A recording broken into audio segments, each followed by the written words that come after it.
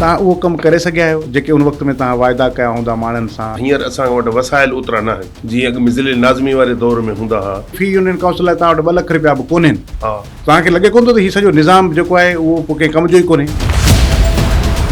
शायदि तव्हांजे हथ में एतिरो बि न हुजे तव्हां पंहिंजी मर्ज़ी जो CMO लॻायो, तव्हां पार्टी क़यादत खे या CM खे कंहिंखे चयो आहे कुझु अख़्तियार त ॾियो। असांजो हिकिड़ी एसोसिएशन बि ठहियल आहे। ज़रूरी आहे त लोकल गवर्नमेंट जो मिनिस्टर हुजणु खपे, उनजे हुजण सां तव्हांखे फ़ाइदो कहिड़ो आहे? बसि इन ते असां कॾहिं सोचियो न आहे। सोचणु खपे न।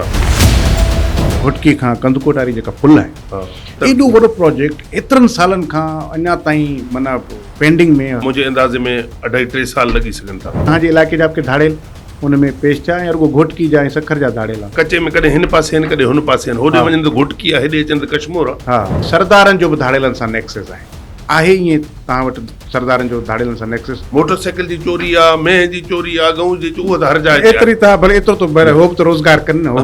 तव्हां नौकिरियूं ॾिनियूं कोन्हनि माण्हुनि खे, बेरोज़गारी आहे त भला कुझु त हो बि रोज़गार कनि न। ही तव्हांजे विच में छा मामिलो थियो? मेंबर्स ॾाढा नाराज़ हुया तव्हां ते, चवनि पिया बाबा असांखे न खपे। पार्टी जा असां उनमें नाला खणणु मुनासिब न आहे।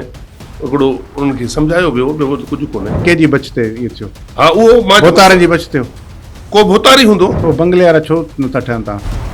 उहो बंगलनि ते वञो नथा तव्हां? बंगलनि ते हूअं असांजा तालुक वास्तो आहे, शादी गमी हर जाइ ते हिक ॿिए ॾे ईंदा वेंदा आहियूं। पर हूअं तव्हां घणो माल ठाहियो? तव्हां घणो माल ठाहियो?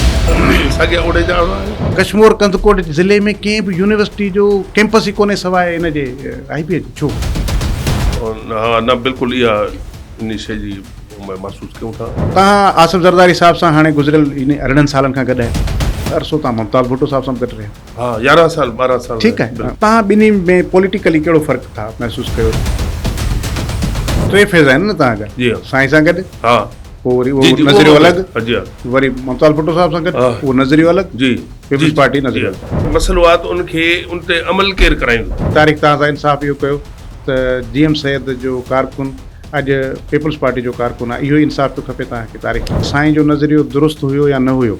बसि साईं जो ॾिसो न, साईं जो नज़रियो जेके पाकिस्तान ठाहिण वारा हुआ अंदरि विया हलिया। ठीकु आहे। बंगाल ठहण खां पोइ हुन पंहिंजो इहो नुक़्ते नज़र ॾिनो, वज़ीराई मिली, लेकिन पब्लिक में न करे सघिया। पब्लिक में न करे सघिया। टोड़ी फाटक जे वाक़े में हुन ते केस थियनि, जेलुनि में वञी ॿिया खोड़ सारा मामला थियनि, अलाए केतिरियूं FIR तव्हां ते थियूं, 11 सालनि जी जेल।